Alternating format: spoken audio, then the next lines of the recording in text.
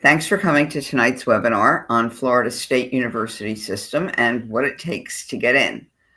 I'm Judi Robinovitz, Certified Educational Planner.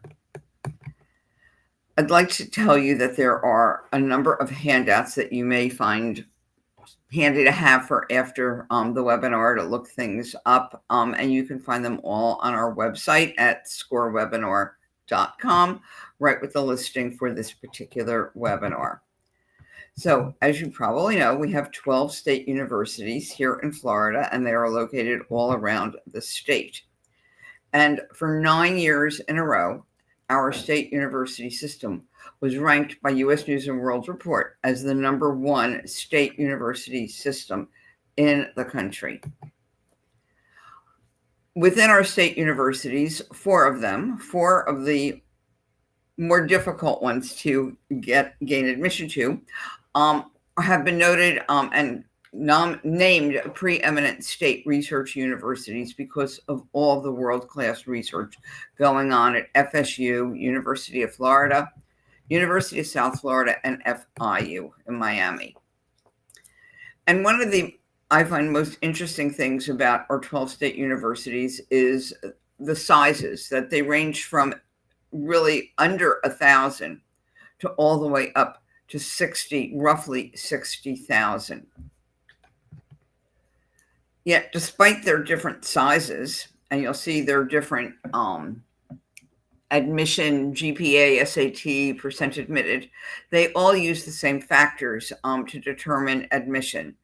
It's a student's academic record is the most important, followed by test scores, and then there is holistic or more subjective type of information. And because all of our state universities recalculate the GPA and don't use the GPA on the transcript, if you go to recalculatemygpa.com, which is part of our website, you'll be able to recalculate your GPA the same way as our state universities do, probably within perhaps 1/10 of a point, because there's minor differences in the way they calculate. And by the way, many other universities use exactly this same calculation. It's a core weighted, and you can also get a core unweighted GPA. But the state university system does use a core weighted GPA, so only the core academic classes. So in order just to be eligible to apply, you need to meet certain requirements. And typically, if you graduate from a public or private high school, at least here in Florida, you will most likely have met all of these requirements in terms of the number of years for all the core subjects, plus 2 academic electives.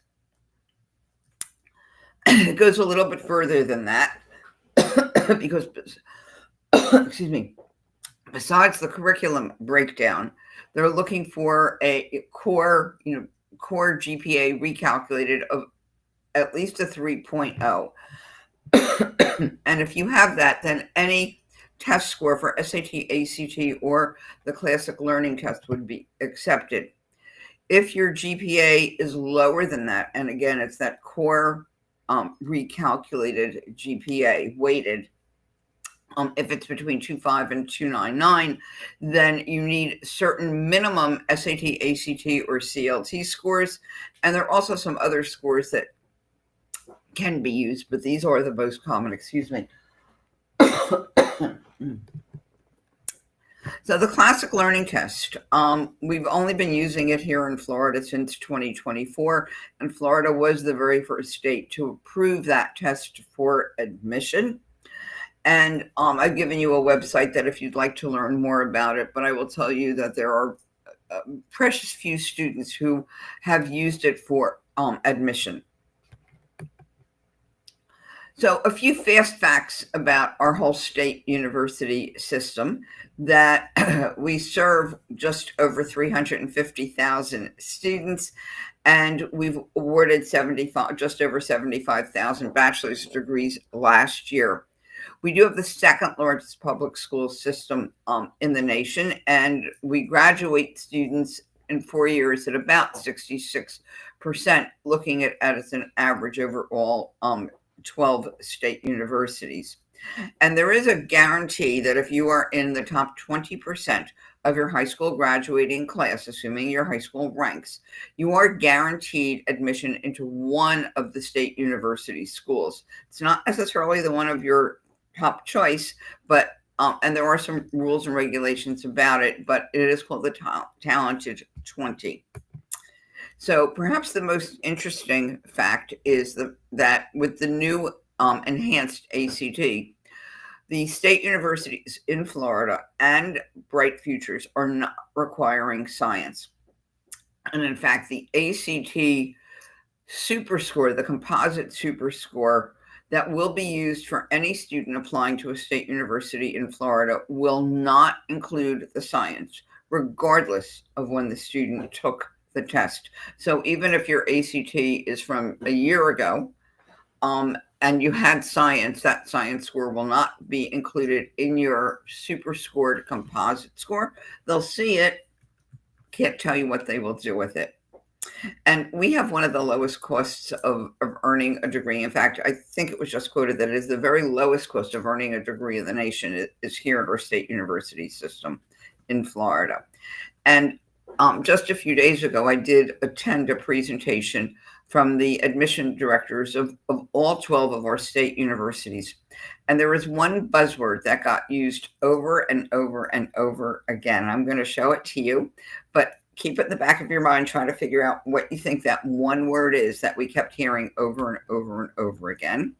Okay, here it is.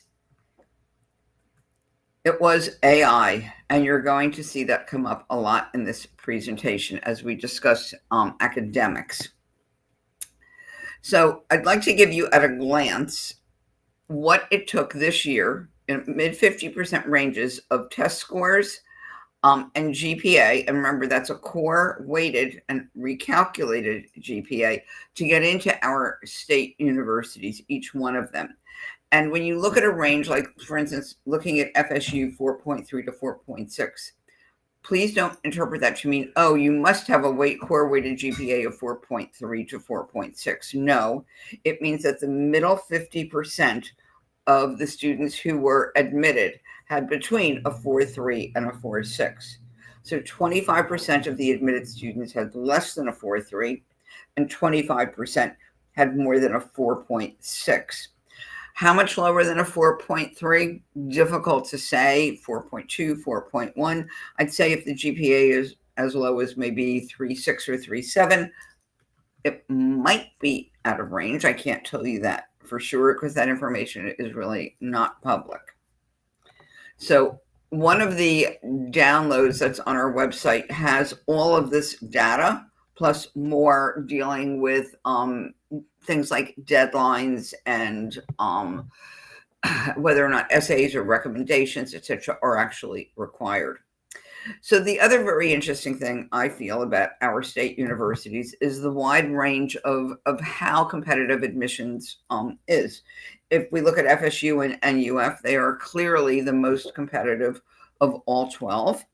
But looking at the other end of the spectrum, there is another 5 that are significantly less competitive.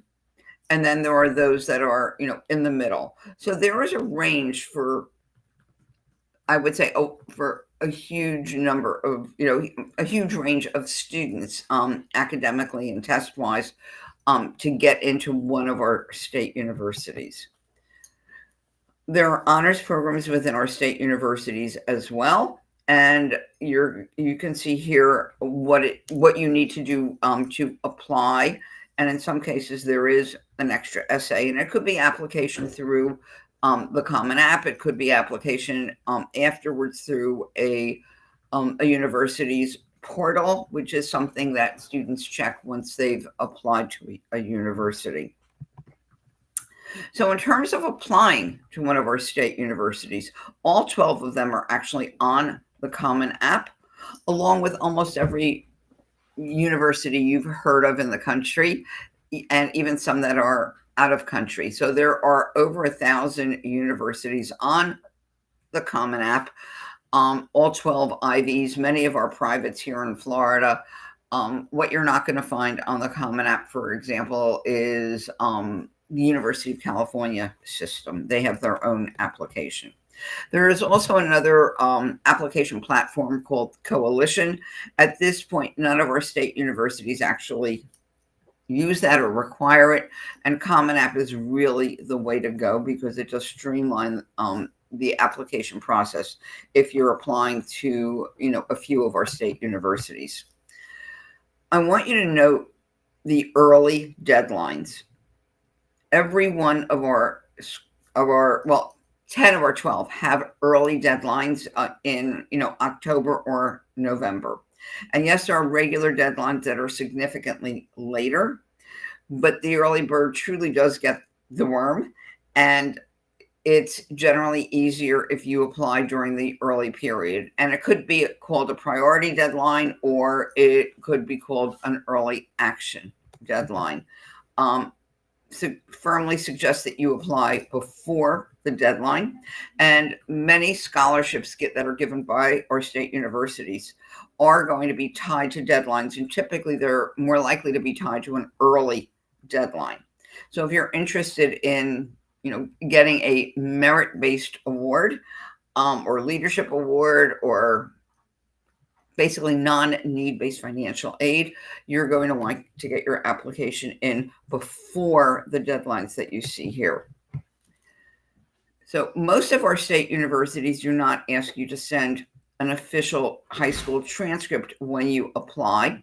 They prefer to have you do some data entry and use specific online forms, entering each of your courses, your grades when you took them, so that the recalculation of your core weighted GPA is much faster and easier because it could all be done with really no human intervention. It's just done by using the stars, which used to be called the SSAR, that most of our universities either require or recommend, make optional.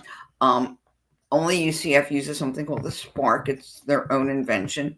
And neither Florida Gulf Coast nor Florida International use these self-reported grades. And instead, they do want your official transcript sent by your high school, typically sent through Common App electronically.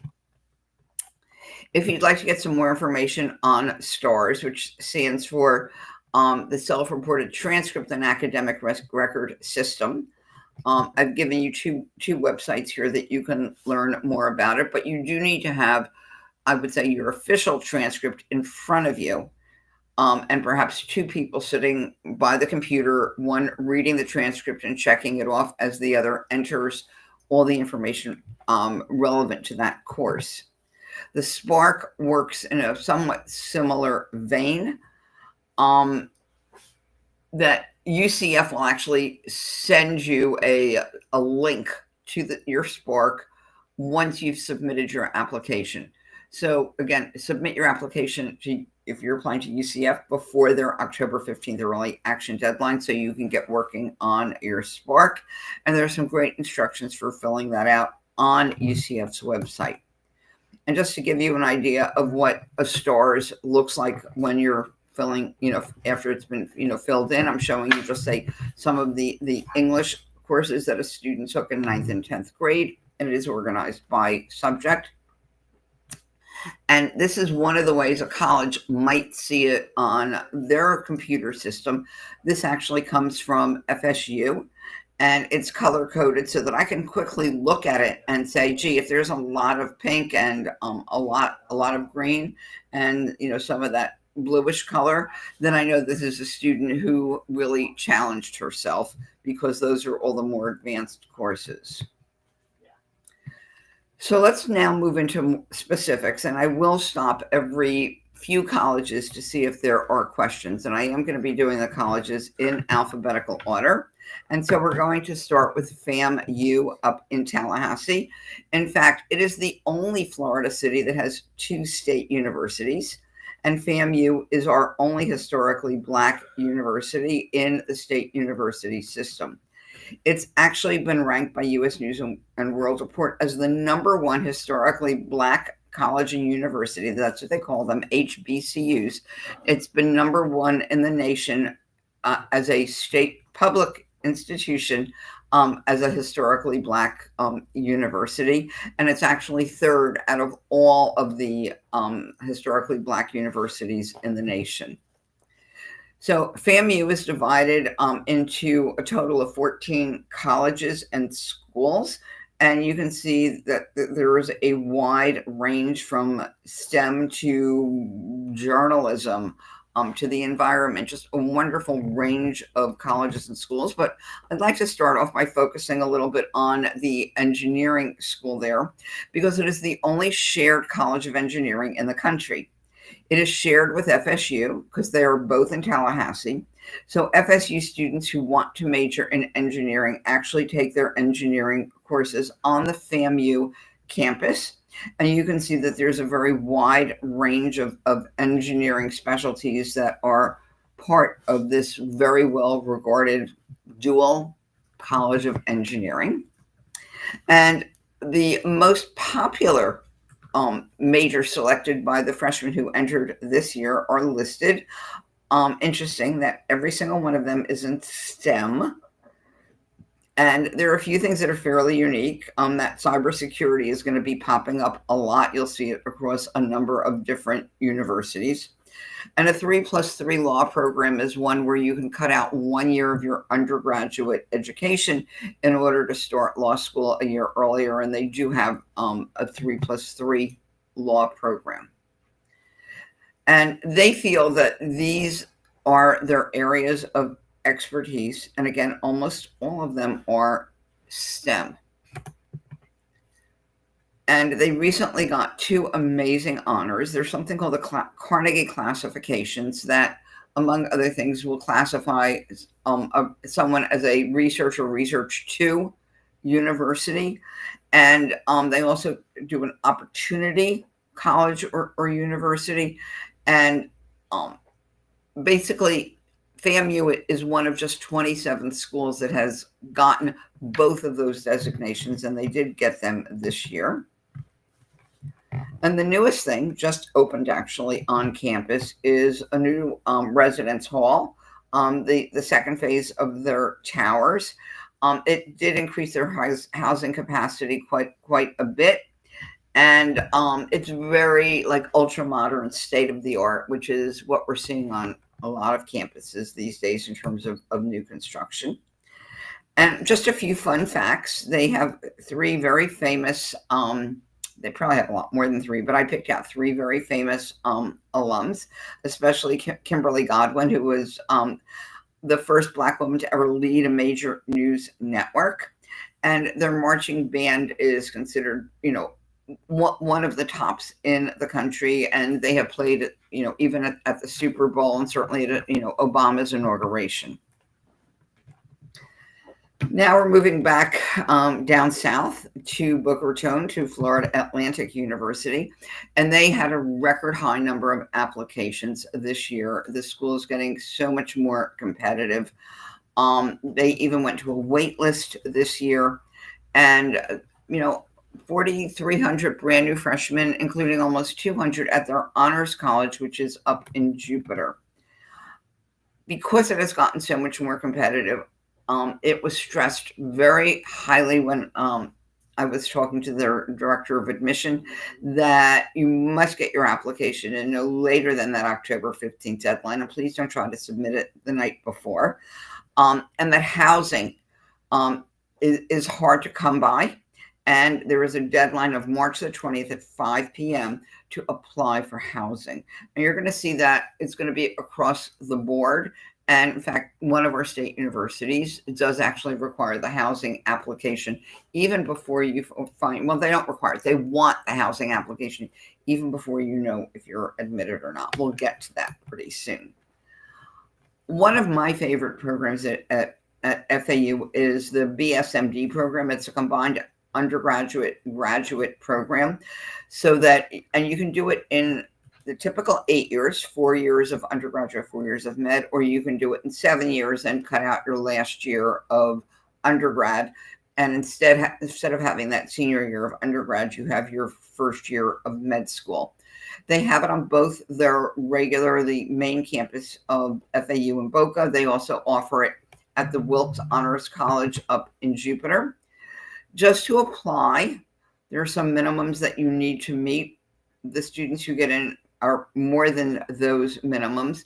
But in addition, you actually have to have on your resume, some direct patient interaction. You have to be an avid, volunteer. They have to see evidence that you would be a good physician. And there are a whole bunch of additional requirements for the application. It is initially, through the Common App. And it does give you conditional admission to FAU's College of Medicine, but you do have to meet certain GPA requirements just before you would start med school, and certain MCAT. MCAT is the med school equivalent of SAT or ACT. But it saves you from that really god-awful med school application process. I know it well because I work with students applying to med school, and it is a much more complex application process with many more essays than the applying to colleges. FAU has a wonderful direct admit nursing program. It's not a pre-nursing program where then you have to apply to get into nursing. You can get into nursing from the very beginning. These are the minimums that you need just to apply for it. However, the admitted students had significantly higher than that. They typically had a GPA, a core weighted GPA of over a 4.0. So there are a few things that, FAU is pretty well known for. Again, we're into the STEM area. And I think that one of the coolest things is that there's a casino and gaming industry management certificate that you can get. And you can also be a business major there without taking calculus ever, which is the thing that scares many kids away from majoring in any form of business. There are some what are called pathway programs for students that have a little bit less in terms of, let's say, the GPA, or the test scores. However, they're going to be changing for this coming year, and they have not yet finalized exactly what it would take to get in, or the kinds of students they were looking for, or whether they would start in summer or fall. So they're currently being reworked, and I'm sorry I don't have the information for you yet, but just know that there are some other pathways into FAU that you can be offered. So newish on campus, this is their athletic complex that really put, I think, FAU on the map, because of the great training rooms, for athletes, and the labs that were in there, and basically much better facilities at the graduate level for a sports management program. So we used to think of FAU several years back as sort of a commuter school. It's not that anymore. These were residence halls that were built about 4 years ago. There's another one under construction now. Gorgeous, not for freshmen. It's sophomores and juniors, and it will open a year from now. And one of the coolest things at FAU is the way they have renovated the whole student center. My favorite part is the esports arena and gaming center. It is just a wonderful place for to kids to hang out, to collaborate, to compete. And I would say it's becoming more and more popular across campuses in America as the, esports. So brand new on campus, and it will be opening in 2027, is a brand new building for the Holocaust and Jewish studies. It's really just a hub for studying, not just that, but human rights, and there's leadership training. It's very exciting construction, and sort of not quite hand in hand with it, but along a similar vein, is that their FAU is going to be expanding its Hillel that is named in honor of its most recent benefactor, Debbie Newman Bernstein. And they even got a higher research classification, the R1, from the Carnegie. And there's 187 colleges in the country that have this R1 designation. They actually have to spend more on research and development and graduate more students who've done doctoral research on an annual basis than the R2 designation. And just a quickie about the Wilkes Honors College up in Jupiter, very small, well under 1,000 students. Lots of pre-meds, pre-dent, pre-vet, pre-healthcare, basically because the kids can do research, right there at Scripps Institute and Max Planck, which are two of the most renowned research institutes in the country. They're both by the Wilkes Honors College campus. And in terms of what it took this year to get into the Honors College, those are numbers that are higher than the typical FAU numbers. I would say they're perhaps a bit lower than University of Florida, but they are, for a student who wants a smaller environment, lots of research opportunities, honors program, Wilkes is an amazing option. And there is a program on Amazon Prime called the College Tour, and a number of our state universities of Florida have been featured in it. And I'll show you the ones that I know about. I'm not going to play the video for you, but if you're interested in visiting and can't get there, this may be a great way to visit. And I'll stop for a minute to see if there's any questions. There was a couple questions. Where is it? Oh, how can you submit your stars on their website if their website says you have to submit your app first? So they don't all work the same way in terms of submitting your stars and submitting your application. They do eventually have to be linked together, because otherwise the college won't get your stars. So if you have to submit your application first, you can still complete the stars, get all of your courses and grades in there, and it just sits, in the computer on the website. You submit your application to whichever university it may be. And a university, first of all, through Common App, will acknowledge that you have submitted. And usually within 1 to 2 days, you will get back an email specifically saying, here's the link to your portal. So every college has a portal for you to check what's going on once they receive everything, so that you can go to your portal and you can see, did they get my test scores? Do they have my transcript? Do they have my recommendation? Do they have my stars? Oh, they don't have a stars, but here are the directions on how to submit the stars. And it's going to typically give you, let's say, a unique registration number. And you're going to go back into your stars, put in that registration number and say, submit to College X, and you'll be able to. And by the way, there are plenty of out-of-state universities that also require the stars. So it's not just, the majority of our state universities here in Florida. It's becoming a very, very popular option. That was it. Okay, let's move across the state to Florida Gulf Coast. And it's getting to be a pretty big campus at 760 acres. And I would say Florida Gulf Coast got firmly on the map, 12 years ago, when they won the Atlantic Sun Conference Championship and had one of the biggest upsets in the NCAA, tournament history, when they defeated the number 2 seed of Georgetown. You just don't hear of a smaller university like Florida Gulf Coast University, relatively smaller, let's say, in our university system, defeating what was a top school in basketball.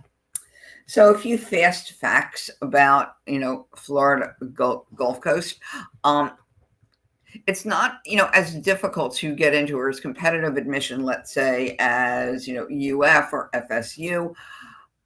But the really cool thing is that they have 100% pass rate on the nursing licensing exam. That's not an easy exam.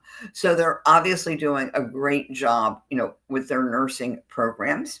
They also have formed a partnership with Podium Education in order to earn certifications in AI and lots of other computer related fields.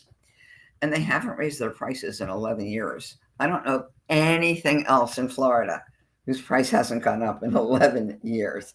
So just some, interesting fast facts about Florida Gulf Coast, a few others that are, athletics are really a big part of this campus.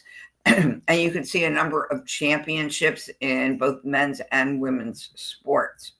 And Greek life is really important on that campus. They don't have separate housing. Wait till you see the housing. But Greek life is pretty important there. And they only just now opened up a study abroad program that second semester freshmen can take, and it's at the University of Limerick. And I don't know if any of you have ever seen these. I've seen these when I visited some colleges in Oregon several years ago.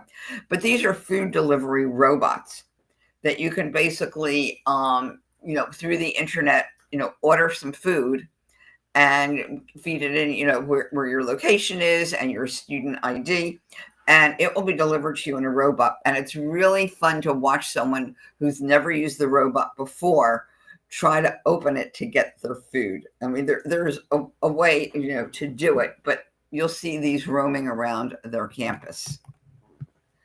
So Florida Gulf Coast is divided into 10 different either colleges or schools, and a wide range of, academic offerings. But among their hottest, coolest, most unique majors, I would say, is definitely their PGA golf management. There's not a lot of colleges in the country that offer this. And in fact, it is the largest such program in the country. So if you, are a kid who's really a great golfer and loves the idea perhaps of management, perhaps that PGA golf management program, it is something, for you. So these are some of just the more interesting or hottest, majors that they offer at Florida Gulf Coast. And there are a number of new majors, and you're going to be seeing more and more computer science related majors popping up at campuses. The water school is also quite unique. It's only been around for about 3 years, but basically there's a tremendous focus on solving water quality issues in the region, because remember, we're over on the West Coast. So, we're close to the ocean here. It's lots of emphasis on, let's say the ecology, the environment, and water. So it is, as you can see, a beautiful ultra-modern building. But let's move into the housing, because I think the housing is especially fabulous.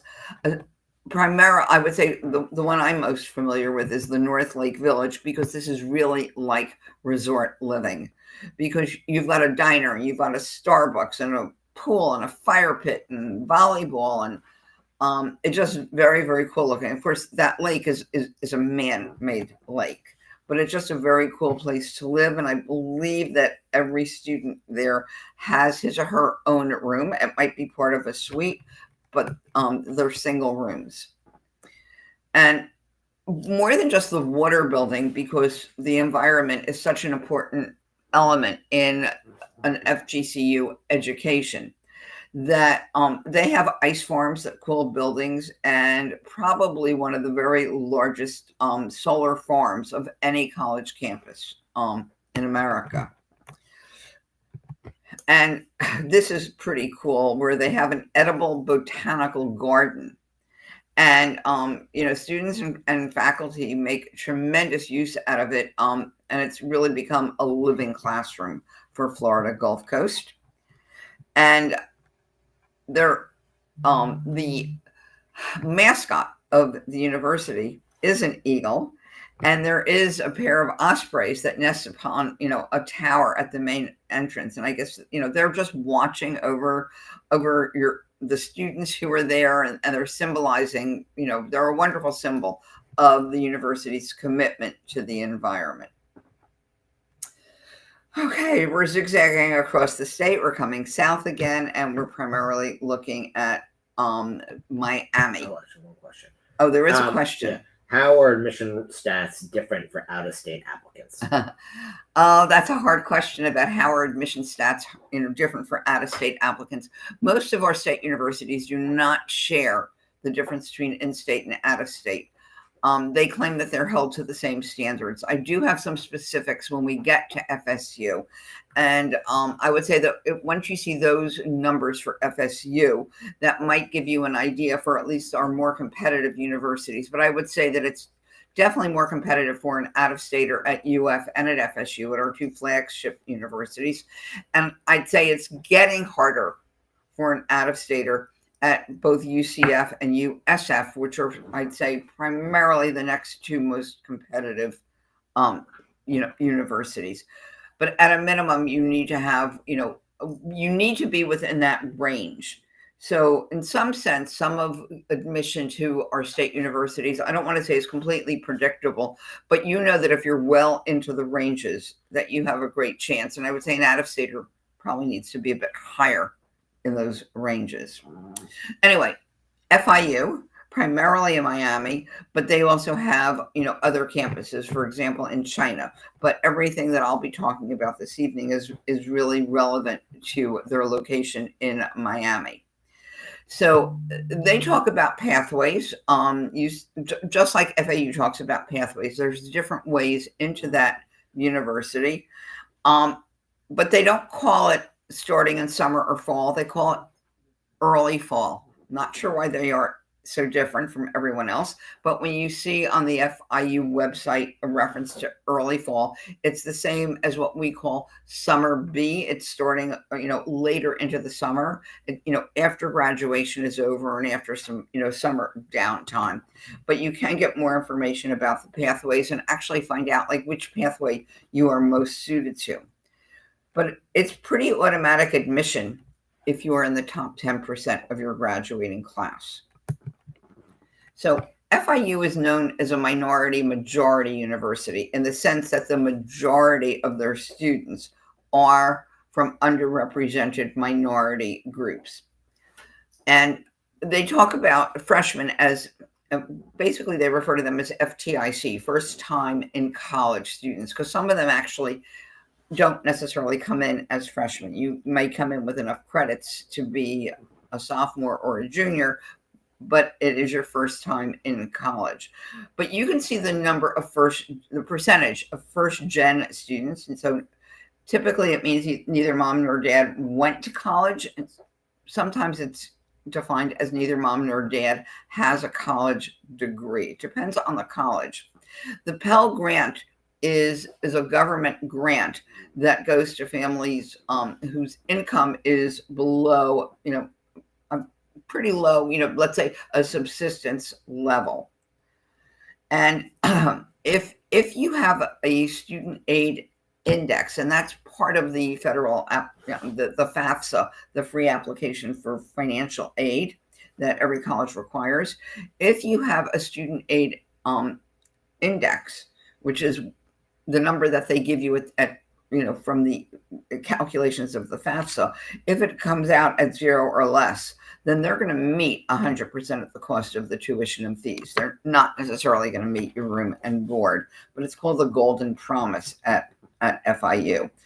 They've also been named a fast forward university because of the way that they serve first generation students so well. So FIU also has a BSMD program, although it does not work like FAU's. You don't apply for this particular program until the very end of your sophomore year. And you need to have an overall GPA of 3.6. And if you're going to be pre-med, you'll get very familiar with the term BCPM. It stands for biology, chemistry, physics, and math, where there's a minimum GPA there. and also being a U.S. citizen. So if you are accepted, it doesn't guarantee you admission, but you're close to it. You're basically, as long as you maintain, your grades. If you do well on the MCAT, and a 505 is not, I'd say, maybe it's around an average score, and you have really good experience, then you're going to get into FIU's medical school, which is one of the top medical schools, in Florida. They have a number of new academic areas now at FIU. Look at the data science and AI, and there's advanced AI, and there's business analytics and AI. You can see that a lot of these, majors again are STEM oriented, something like, mathematical data analytics, clearly STEM. Very unique is cruise line management and the events and entertainment management, which a few of our schools have, but I haven't seen the cruise line management around very much. So there are some other just very interesting majors. A lot of students are interested these days in crime science. Some of that has to do with the TV show of, what is it, CSI, for the crime science. FIU is also unbelievably well known for its international business. U.S. News, the rankings for 2025, which come out in 2024, was ranked number 2 in the nation.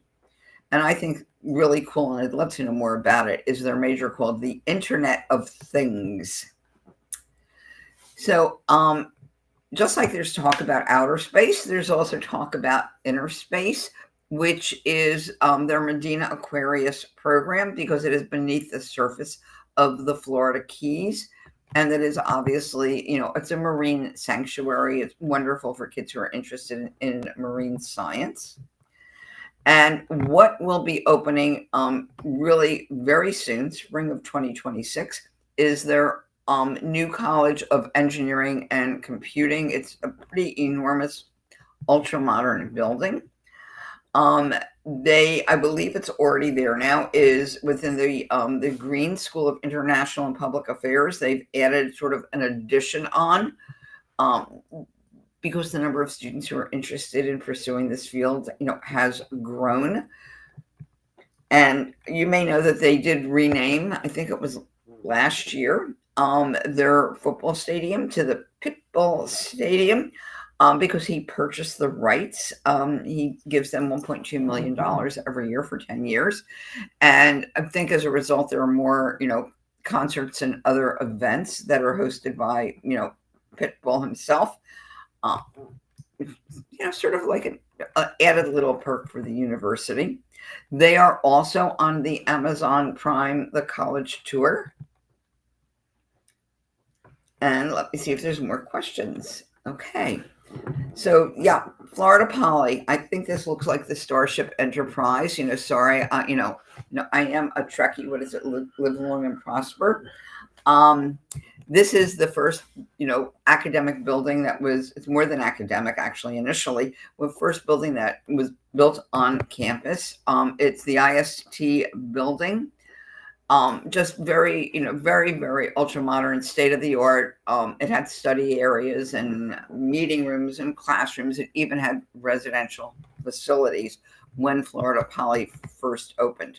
So you may wonder, who are the students? This is Florida's youngest university. Many of them call them mathletes. They're kids who were just either techies, and they're going to design the future. And they're up to almost 2,000 students, and they have an initiative to get their enrollment up to 3,000 by the year 2030. And so really cool if you're planning to apply to Florida Poly, which only, it's STEM oriented completely. There's no essays, there's no recommendation. They do use the stars. You can self-report your test scores. You don't necessarily need an official score report when you apply. And if you get your application in by November 1st, there's no application fee.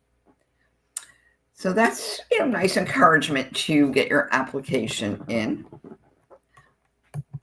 And so, really some cool stuff. I mean, when we think typically of state universities, we think of large lecture halls. Well, this is a typical classroom there. And they have some of the most amazing labs. And these, I believe, are just the labs that are in the original building. Cyber gaming and media, big data, cybersecurity. I mean, clearly you're going to see, lots of computer related offerings, but it's going to be very, very state, of the art. Some of these pictures you're going to see are some of my own pictures from my visiting. This was a pano shot of the library. Their library was featured on Jeopardy because it has no books. It's completely a digital library. And inside, this is not the library. These are just other buildings, on campus. I mean, it's just wow, especially if you like ultra modern. So their graduates earn a lot of money. Their average starting salary is year after graduation is roughly $68,000, which is pretty high, but some of it goes a lot higher than that. And they're getting jobs with some of the top firms in the country. I mean, Microsoft, Apple. Their majors have been just designed not just by academics, but by academics in conjunction with industry people, so that they're very sort of hands-on, lots of collaborative learning going on, all things that are useful for actual working. And among their newer engineering and management types of programs, they also are going to be introducing a 6-year BS to DO, Doctor of Osteopathy school. It's going to be a track that you can get on. I don't know yet how it's going to work, but it is going to be with the Orlando College of Osteopathic Medicine.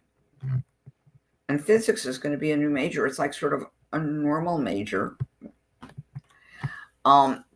So looking a little bit more deeply, at their academics, because they really are very cutting edge, and you're going to start with them, on day one, and it is somewhat of an accelerated path. Every student is going to have an internship because of all the companies that Florida Poly has relationships with. And you're going to be doing a senior capstone project, which is a collaborative project. And honestly, this is what industry is looking for, or kids who like to collaborate. And by the way, colleges are looking for that same thing. Yes, they like to see leaders, but they like to see collaboration also. It's a very important part of sort of the extracurriculars. These are some of the industry leaders that they have relationships, partnerships with, internships. And I'm sure you recognize almost all of them. I think that's pretty special for a relatively new university, and that's relatively small. So they're growing in terms of the number of student organizations. Most recently, they took 3rd place in the Electric Formula Sun Grand Prix. That was just last year. That's the car that they created for that race.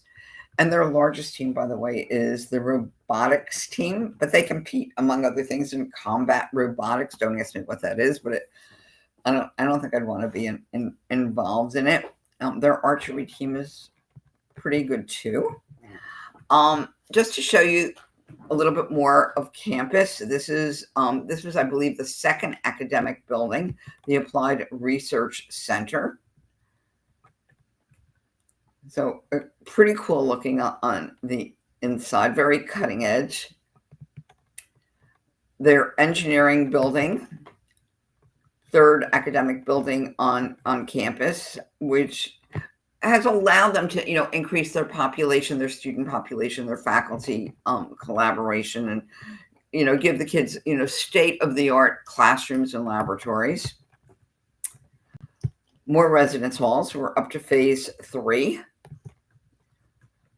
This just opened a year ago and added another 430 beds, but they also added things like social media studios. For those parents who are on this, do you remember when you went to college? First of all, we didn't even have social media, but we didn't have computer studios. We didn't have indoor and outdoor lounges, and grab and stay dining is pretty cool because these are kids who are typically in a rush to get back to their computers. The Student Development Center, this is their, basically their gym. It's in the shape of a phoenix, which is their mascot. And the star here is their aquatics center. It's a competition-sized pool with geothermal heating, which means it's using the Earth's heat to maintain a near constant temperature in the pool, which I think is really pretty cool. Well, what would you expect of Florida Poly? What will be coming soon is a Student Achievement Center. They've started to, fundraising for it. And it's going to have a lot to do with career development and academic support. So that will be coming next. And the announcement that was just made is that they're going to be joining the NAIA athletics, and they will be having 3 men's teams and 3 women's teams, which I think is really pretty cool. And I'm ready to move to FSU. Just one question. Is the GPA listed on the 2025 admission stats the weighted GPA from the transcript or the one they calculate differently? Okay. So the question is, remember when I showed you that big, matrix, you might say, or spreadsheet that showed, GPA test scores for each of the 12 universities? The question is this the GPA on the transcript or is this the recalculated? It is definitely not the GPA on the transcript. Not. In fact, I'd say the majority of universities, selective universities, don't use the GPA that's on the transcript. And that's because every college, every high school calculates GPA or weighted GPA differently. So the GPAs on that chart are the core weighted GPAs. That GPA is typically going to be lower than the GPA, than the, back up a minute. If you go to a public high school, let's say here in Palm Beach County, you're going to have 2 GPAs on your transcript. One is going to be weighted, one is going to be unweighted. Okay. The weighted GPA on your transcript in Palm Beach County is likely to be is likely to be higher, definitely higher than the core weighted GPA calculated by our state universities. And that's because our state universities only give you a bonus point of 1 for each A in an AP, IB, ACE, or dual enrollment course. Whereas your high school, if you get an A, gives you 2 bonus points. The same thing is true with a B, that you're going to get 1.5 bonus points from your high school, but you're only going to get 1 bonus point from the state universities. And it's also only going to count your core courses. So things like PE or music are not going to count when we do a core weighted GPA. Okay. FSU. So the big news, it did upset Alabama very recently, 31-17 in the season opener. And the stadium has been newly renovated, by the way. But I think that's going to make it harder to get into FSU this year, because typically whenever we see a big win athletically, we see the number of applications go up. So it is very competitive to get into FSU. And in fact, if you have a D or an F on your transcript, it could be the kiss of death. And so I would advise, if you've had a D or an F, number 1, there better be a good reason for it. And number 2, you better retake the course. And it's true that FSU typically will see the old grade and the new grade, but retaking the course really shows a commitment to your academics.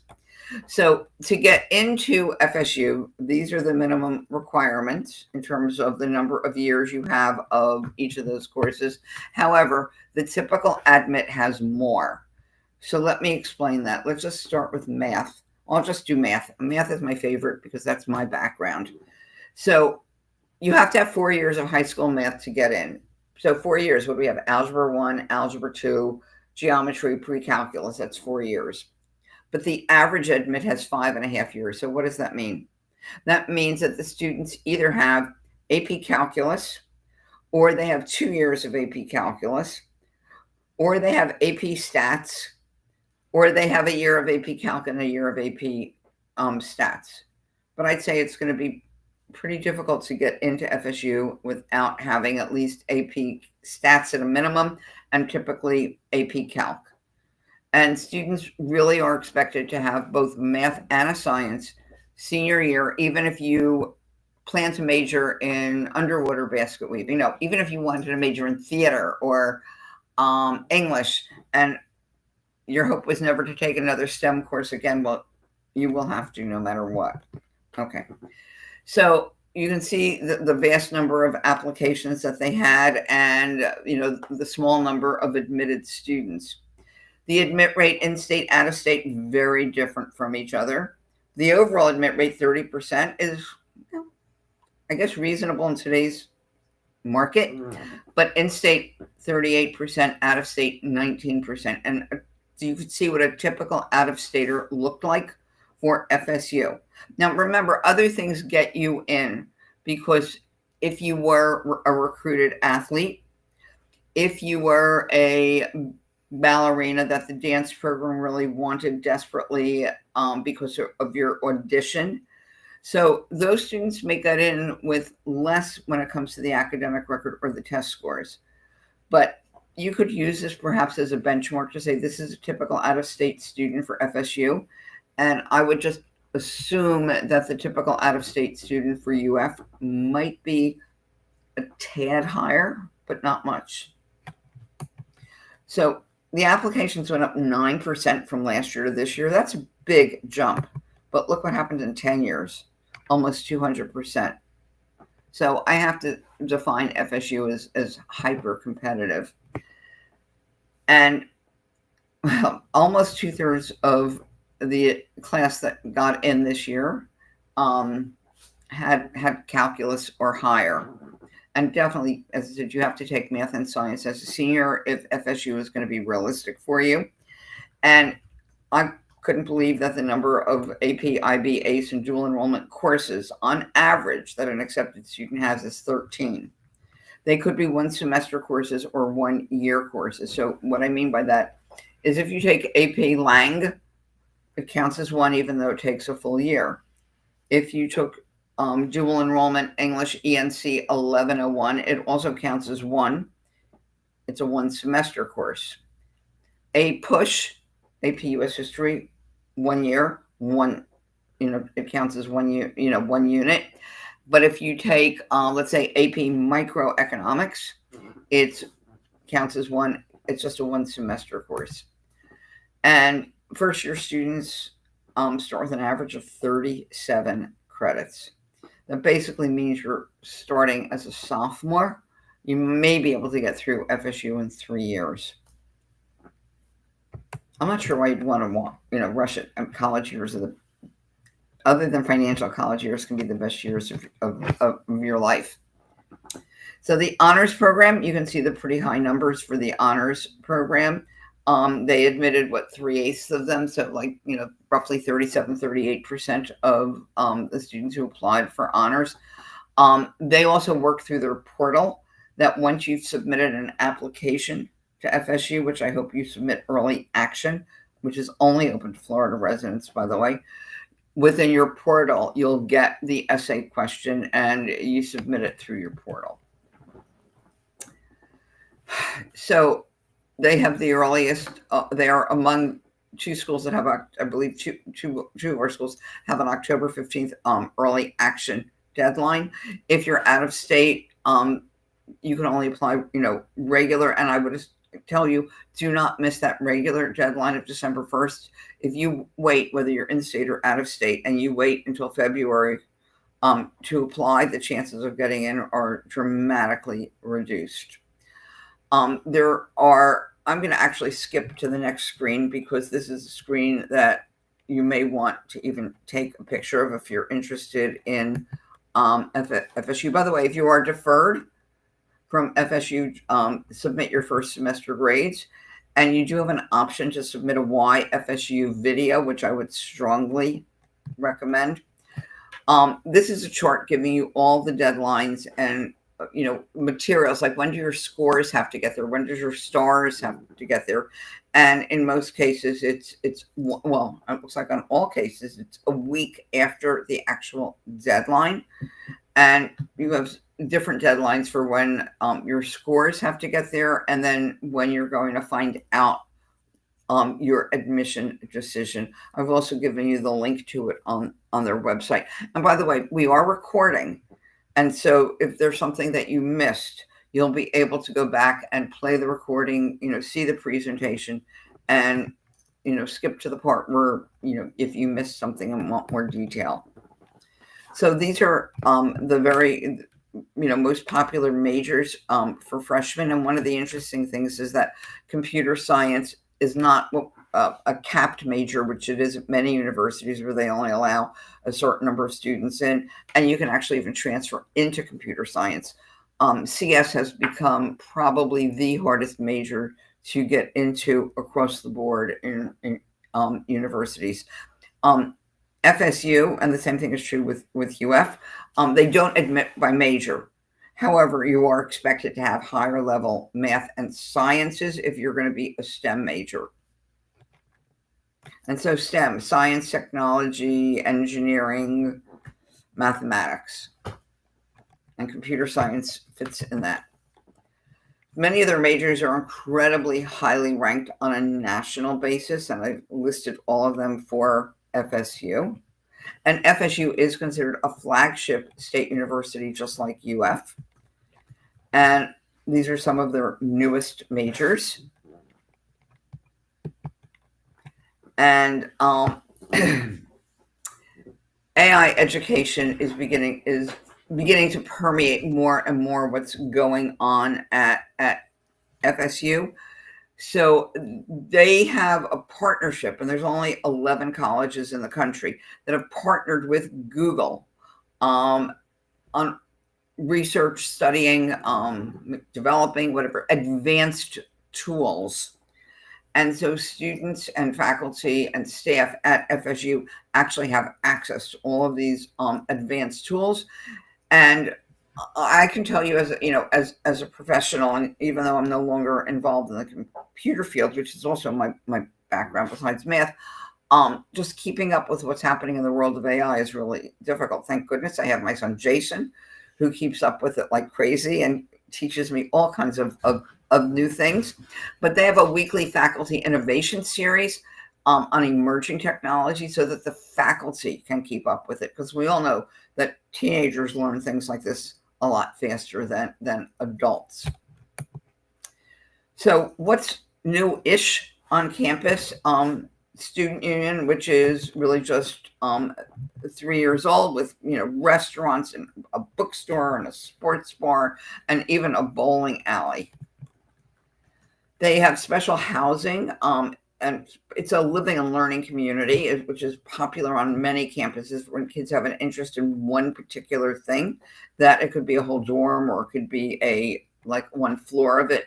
In this case, it's a whole residence hall for first generation students, which opened 3 years ago, and they get to take classes together.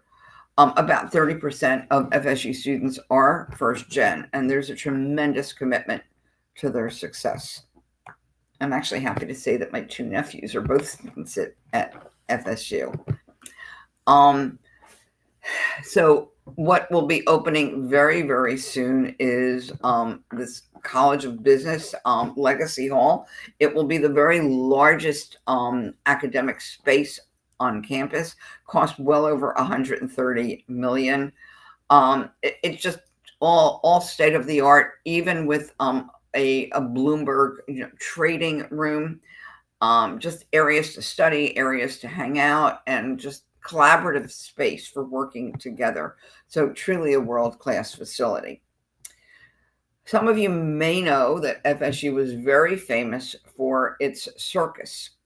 It had one of the very few circus tents on a college campus. It was destroyed in a tornado a couple of years ago. And as you can see, it is being rebuilt. And just a few fun facts about it. And I believe it is open now. It's bigger than the last one because of the number of performers that it can accommodate and the seating as well. But this just gives you an idea of like how much equipment was actually used to create the new circus. Another thing I think is cool is that in addition to its freestanding business school, FSU downtown, so not on main campus, but very close by, is a whole school of entrepreneurship that was named for, car mogul Jim Moran. So it not only has things that are related to retail entrepreneurship, but it goes into just STEM entrepreneurship as well. Lots of minors available and computational science. Again, computers are getting in everywhere. So FSU essentially has two schools of business, one that is business and one that is focused on entrepreneurship. And they recently entered into an agreement with Universal AI University in India, which is going to be, creating academics that are focused on the intersection of artificial intelligence and entrepreneurship. So FSU also has a much smaller campus up in Panama City. And if you want to go to a school like FSU, but you say that, it's just much too big for me, this can give you a smaller, more intimate feeling. It even has a dorm on campus. You apply directly to the FSU campus of Panama City. But you can see that these are some pretty smart cookies. I believe a little bit lower than FSU, admissions. It is right on the water. There are some programs that are called pathways that are just other ways like into FSU. The application does ask if you're interested in one of these pathway programs. You will not be offered a pathway program if you say you're not interested.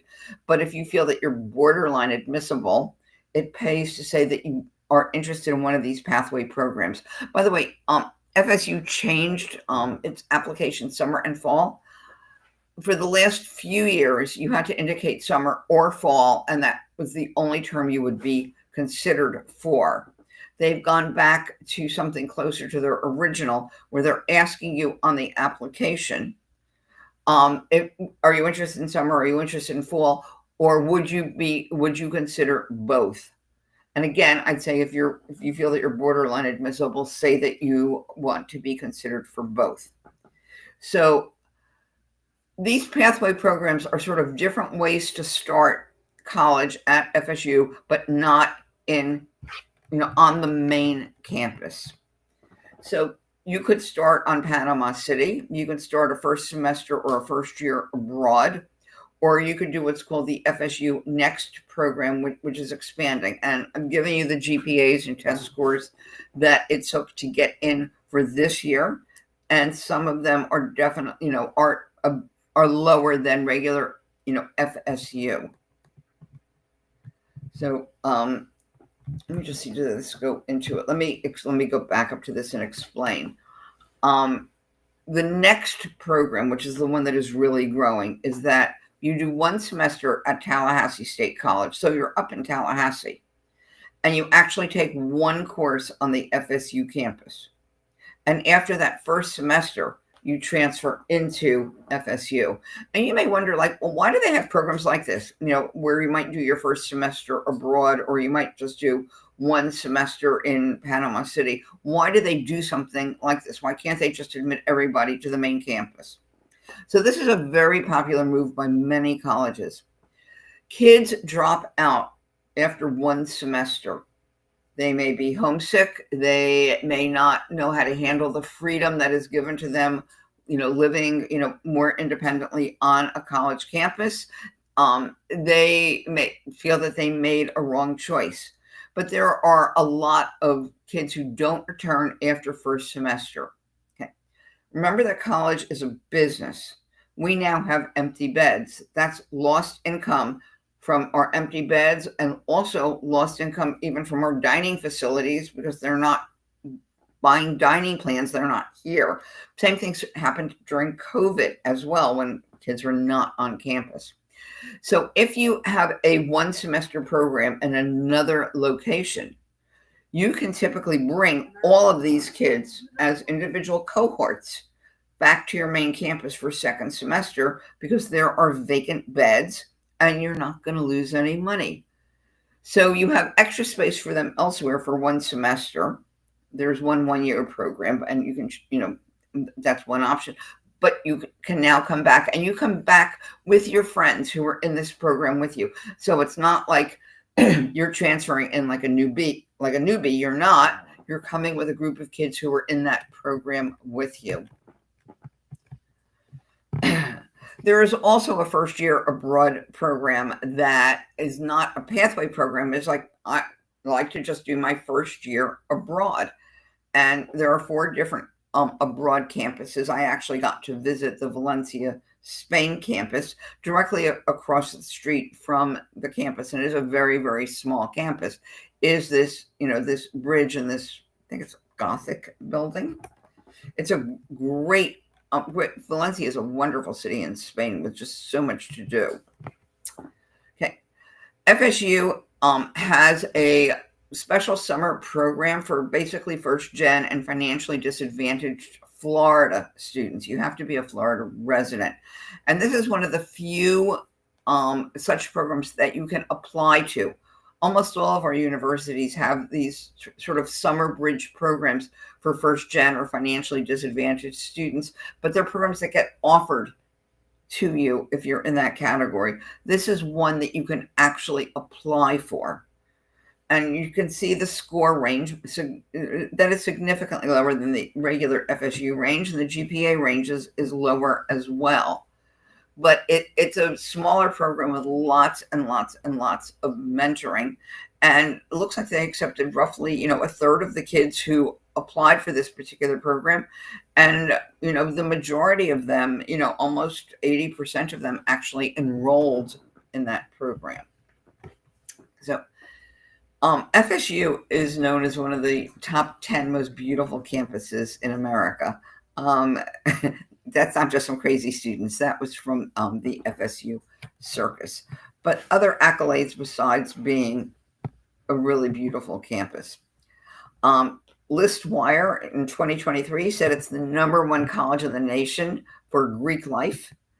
And just recently, that may be a typo. It may mean niche 2025, unless it's their niche issue for 2026. But it was rated as the #7 college in the nation for just best student life. They have an incredibly high, graduation rate and retention rate. When you talk about retention rate, it's basically what percentage of your freshmen return as sophomores. And that's a very high rate, that 96% of those kids return. And now we're also staying on the West Coast and looking at New College, but let me see if there's any questions. Couple questions. Is there a drawback to saying you will do the Pathways program? That's a great question. And a lot of kids will say to me, if I say I'll do a pathway program, does that mean that I'm just going to be considered for a pathway program? No, you're not going to be considered for a pathway program first. You're going to be considered for the main campus first. If you're not quite at that level where they want to admit you and you're just a little bit below it, you'll be offered a pathway. But if you know that you would not do a pathway program, I'd go elsewhere before I would do a pathway program, say no to the pathway question, that you don't want to be considered. And is there a difference between dual enrollment classes versus AP classes in terms of how weighted GPA is calculated? And if so, which do you think the colleges prefer to see? Okay, that is a great question. Is there a difference between AP, and let me say AP or IB because colleges look at them pretty equivalently, and dual enrollment in the way that the GPA is calculated by our state university system? And is there a preference? So GPA is calculated exactly the same, whether it's AP, IB, even ACE or dual enrollment. They both get 1 bonus point as long as the grade in it is a C plus or better. So they're weighted exactly the same. GPA is exactly the same. Now, they say that they don't care. And even FSU, and I've asked this question many times, they don't care. They say they don't care whether it is AP English Lang or ENC dual enrollment, ENC 1101. Where I'm going to tell you that there is a difference, and that may very well be true, to be honest with you. But where I'm going to tell you a difference is that when you're applying to, especially out-of-state universities, no matter how selective, there is a definite preference for AP, IB, over dual enrollment in almost all cases. There are definitely times when taking a dual enrollment is a good idea, and in my opinion, times when taking dual enrollment is not a good idea. Here's when it's a good idea. I'm very advanced in my math. I finished both years of calculus by junior year, and trust me, I have plenty of students, like say at Suncoast, who may finish both years of calculus by the end of junior year, as well as kids who I work with, let's say down at Pinecrest, same type of thing. And so senior year, what's left for them? There's no more AP math left. So, by the way, there are going to be a couple new AP courses. I'll get to that in a minute. Well, eventually. So, what do? They take a dual enrollment course that is higher up than calculus. They could take something like differential equations or linear algebra or third year of calculus. So, if I am taking a dual enrollment course that is higher than anything available at my high school, that's fine. And it will be important no matter where you're applying. Similarly, if let's say I've taken AP Psych and I loved it, and I did it as a junior. As a senior, if I wanted to take a dual enrollment abnormal psych course, which is a higher level course, that's fine. Or let's say I had a conflict in my schedule. I would like to take AP Spanish, and I'd also like to take AP Physics too, but they're both offered at fourth period, and I can't take both. So I have to take one and take the other one dual enrollment. And I'd put something in my application or ask my counselor if it was a college which accepted recommendations about the fact that there was a conflict. But if someone says to me, you don't want to take Mr. Jason, my battery is running low. It's not plugged in. Yeah, don't worry. Keep going. I got it. You keep going. Okay, sorry about that. Okay. But if someone says to me, you don't want to take Mr. Jason for physics because he's much too hard and he doesn't really teach, and why don't you just instead of taking AP Physics, go over and take a dual enrollment physics course. That's not a good idea. Now, again, if you're applying to a state university in Florida, they say they won't care. But if I'm applying out of state,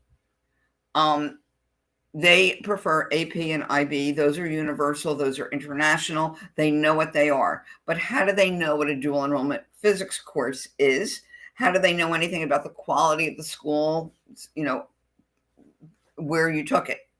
And in terms of ACE, it's not universally accepted. Yes, it's very accepted here in Florida, and there are other states as well. But I can tell you that if you're applying to something like UCLA or UC Berkeley or any of the state schools in California, they do not give you a bump for ACE. They do for AP and they do for IB. And they don't for honors if you're out of state, by the way. And when I visited USC, University of Southern California, and I was meeting with someone from admissions, and I specifically asked, how do you evaluate ACE? And she said to me, what's ACE? I said, you just answered my question. So you have to know where you're applying to decide, which AP, IB, ACE courses or ACE or dual enrollment courses you're going to be taking. Anything else, Jay? Okay. New college. Not sure why we still call it new. They really should have renamed it. It's not new. I mean, over 50. So 2 years ago, major overhaul, brand new president. He was the former House Speaker in Florida, Richard Cochran, and he was asked to turn this around and to sort of make it perhaps more conservative, a very liberal university. So there's a more conservative aligned board of trustees. There's a new curriculum, but it's still emphasizing classical and applied knowledge. Expanded their athletics, and their goal is to get up to 1,800 students by 2034, and also to become the best liberal arts college in America. And so the kinds of kids who are attracted there are, intellectually curious, they're thoughtful, they have a passion for life and for learning, super interesting kids. So it is what I would say is Florida's public liberal arts college. There are 900 students there, all very intellectually curious. Liberal arts college, but there's a definite emphasis there on career building. You have a career coach from day one.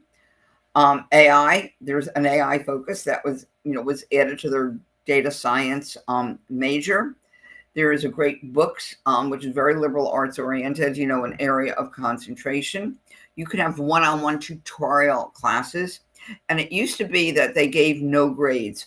But med schools don't like that when kids are applying to med school. And new college kids almost always apply to graduate school of some kind. So they no longer have just a narrative evaluation. They also have grades. They're the equivalent of A, B, C, and F. It's something like satisfactory plus, satisfactory minus, and something else. But that there is definitely like a narrative evaluation that goes with every course that you have taken. Very, very small classes. In January, you have a totally independent study period to just focus on one thing you want to learn more about. They have a study abroad program that's actually a partnership with FSU in terms of the international locations. And they have more Fulbright scholars than any other state university here in Florida. It's really a very customized, individualized environment, and almost all of their graduates are employed within a few months of graduation, which I think is really special, because we're seeing that it is harder and harder for newly out of college students to get entry-level jobs. So they were recognized by the Wall Street Journal as the #2 public feeder for the nation's top law schools, med schools, and business schools. Sports are really important there. And there is this wonderful book called Colleges That Change Lives that is geared towards fabulous places for the, let's say, could be a B or C, a BC student who says, I'm looking at a smaller college, more personalized, someplace that's really going to make a difference in my life. I'm not a status seeker. I'm not looking at the nation's most selective or largest universities. So there's this wonderful book, updated, I believe, every few years, called Colleges That Change Lives. And New College is in there. And it really is a life-changing experience, because these kids are just so intellectually curious. Okay, moving on now to the biggie, University of Central Florida. It is ranked as the top hospitality school in the country by Shanghai Ranking, which is a very prestigious ranking, and it is among the top 5 in the whole world. So let's start with the Rosen College of Hospitality Management. It's not on the main campus. It's closer into Orlando. It's about 30 minutes from the main campus that you can take a shuttle there. But if you think about it, I believe that Orlando has more hotel beds per square mile than any other city in America. So it makes sense that there be a large, hospitality, management school very, very close by. And they have an amazing facility on the Rosen campus. So there are a wide range of undergraduate majors. And some of those you can also do as a minor if you're a major in like something else. If I'm a math major, but I'm also interested in event management because I want to plan, weddings and bar mitzvahs. Thinking I might make more money there than I might as a mathematician. I don't know. I can do a minor in event management, but there's also certificates that you can get, which I think some of these are really cool, like professional tennis management. It's great if you're, let's say, a tennis player, or theme park and attraction management. That's going to come in a few minutes. You're going to see. But there are some just very, very interesting things to study at their, College of Hospitality Management. So the newest theme park in Orlando, the Epic University, it's actually sort of like a classroom for UCF, because you can, study it, and you can get internships there, and they're sort of embedding things about that into classes, in culinary classes, economics classes, engineering classes. It's really pretty cool. So theme park management is another, is a major there that, at UCF. Sorry, wrong one.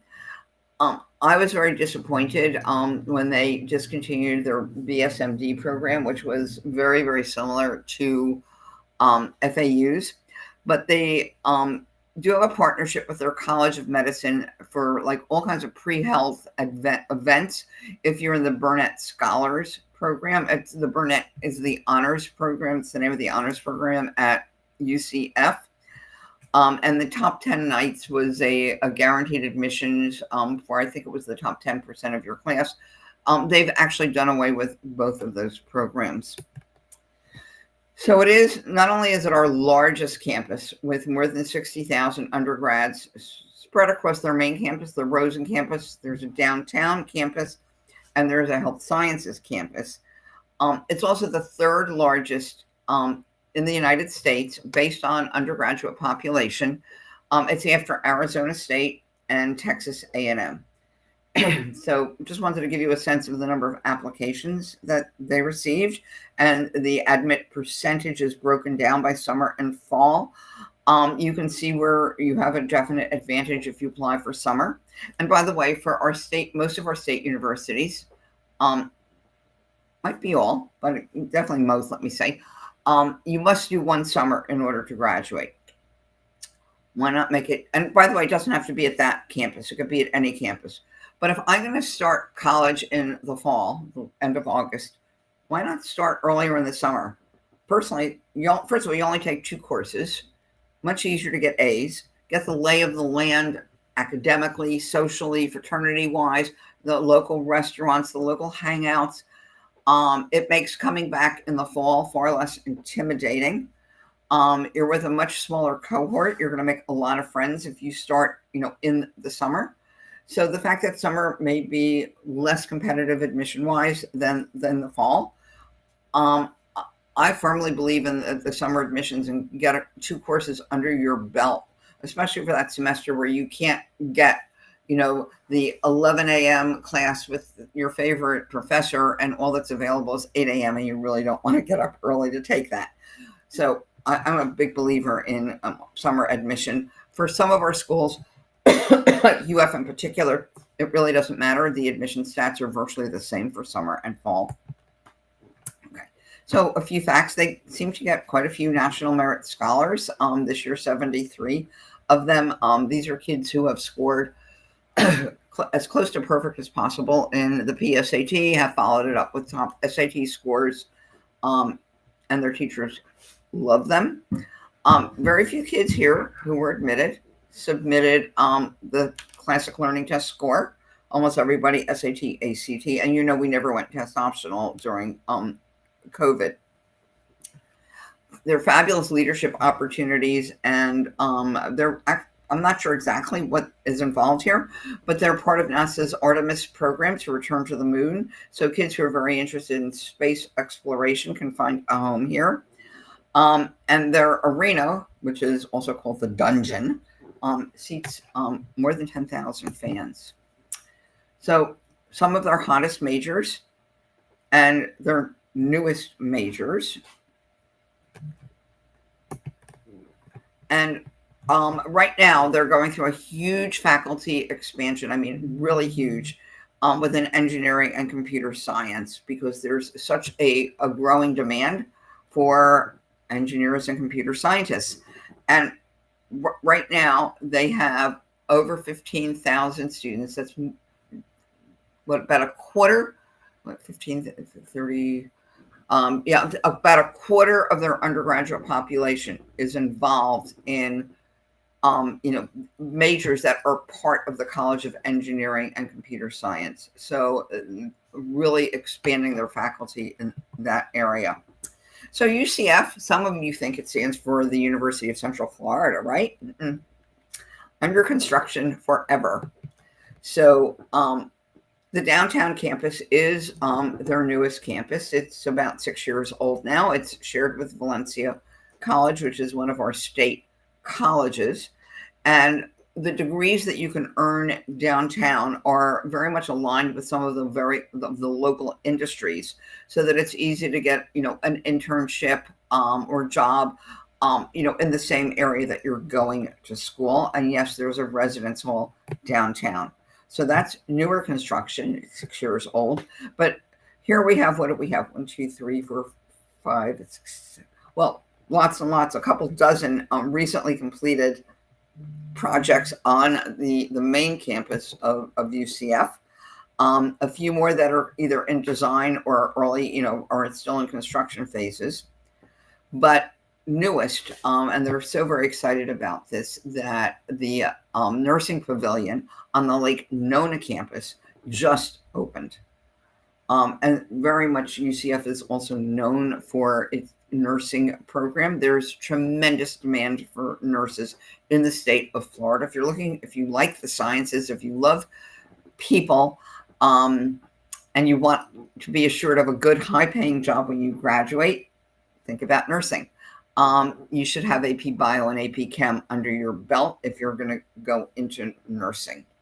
So this just opened on the Health Science campus, and they've just reopened the 4th floor of the library. It was completely refreshed to give more collaboration opportunities. So there's more like study spaces for small group rooms. There's also like a giant reading room.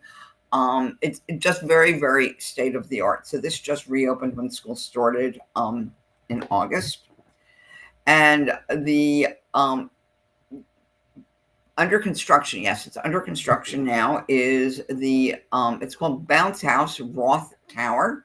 They're adding a 4-story tower to the rest of the stadium, and it's going to be like luxurious suites and indoors and outdoors, and it'll make the game day experience very, very exciting. And it's going to serve actually as great event space for Orange County itself, for different groups to rent it out for corporate events.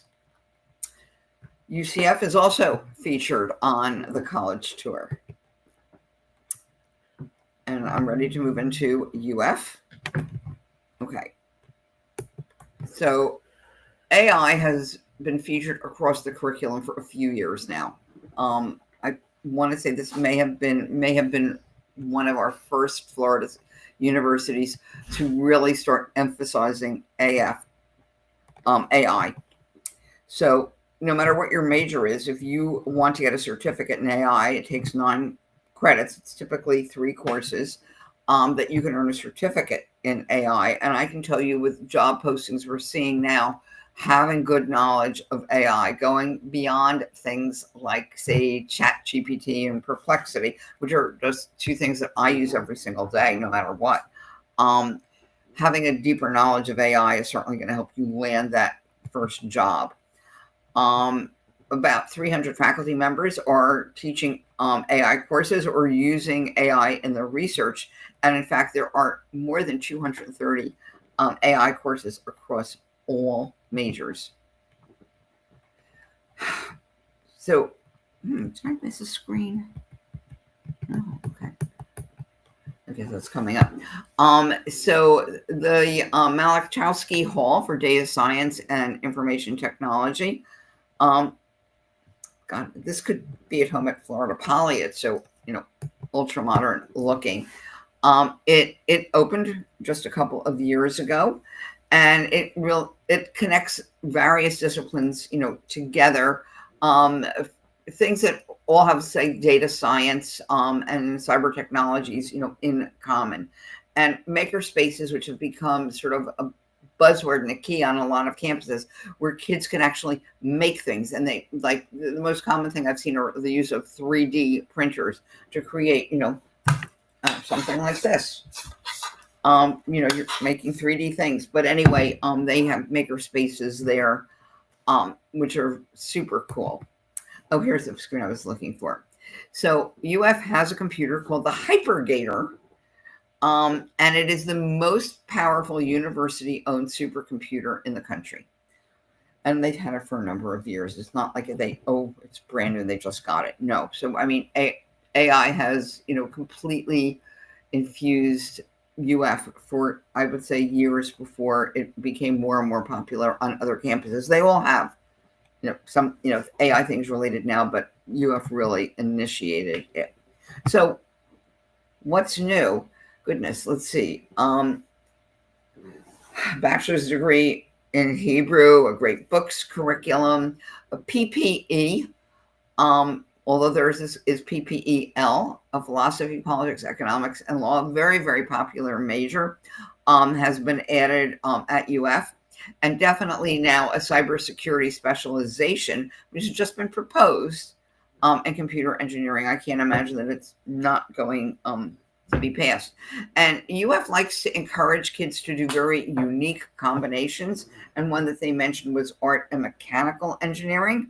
Although I'm not sure how unique that is. I had a student who went to Carnegie Mellon many years ago, and combined mechanical engineering with art. So perhaps that was more common at a place like Carnegie Mellon, but it's becoming very, very popular at University of Florida. So their applications for this year, almost 100,000 applications, and it was more than a 20% increase over last year. And I mentioned this before, summer and fall are exactly the same. You do not have an advantage if you apply for summer. So apply for the semester that you prefer to start. There is more demand for fall. They claim they don't consider major in the review process, but again, they're going to be looking for higher level, let's say math and science, if you're applying for certain STEM majors, like say engineering.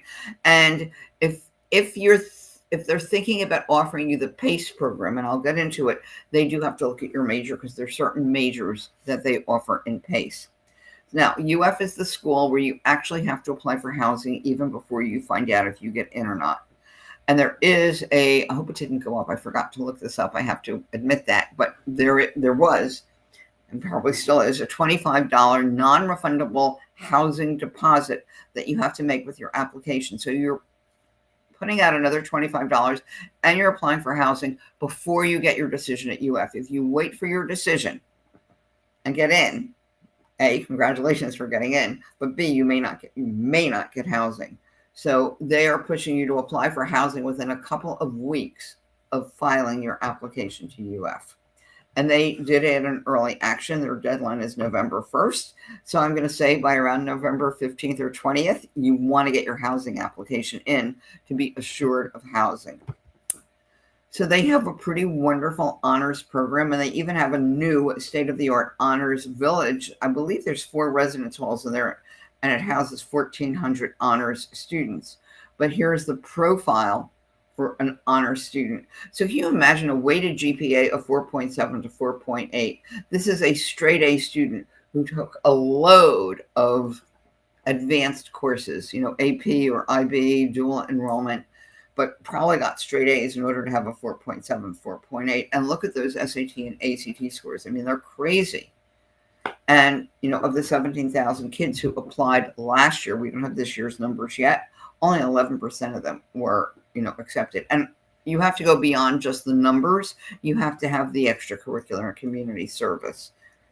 And I'm going to say that extracurricular community service is is even more important at the more selective state universities in Florida. This is the holistic information that they're looking for, because most of our state universities do not want recommendations. In fact, there's nowhere to even include it in those applications.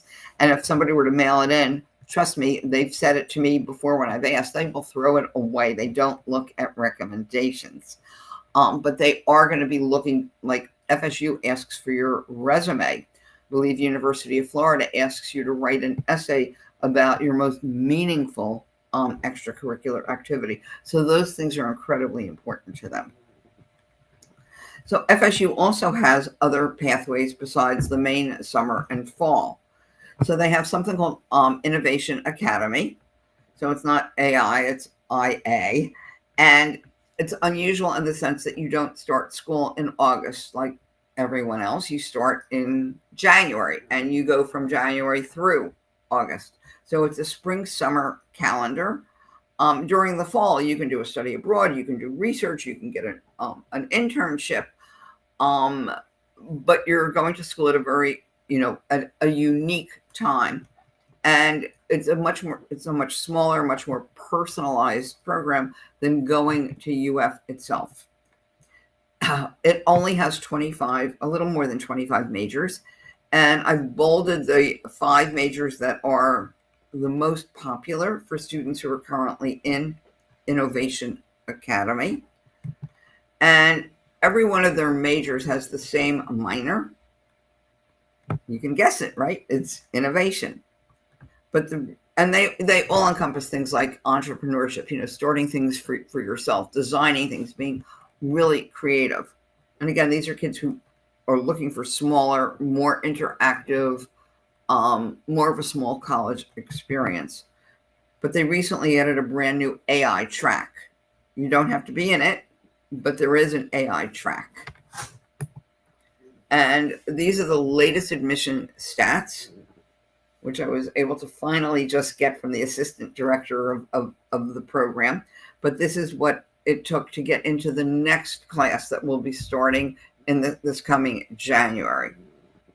And higher percent admit than University of Florida itself, but it still looks like the GPA and the scores are very, very high. Okay. PACE, the pathway to campus enrollment.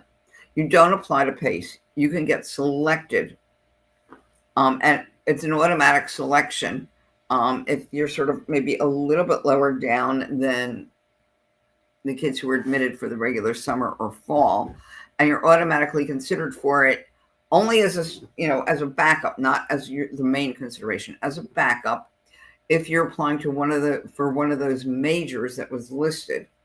And they haven't released their current profile, but this is, last year's profile.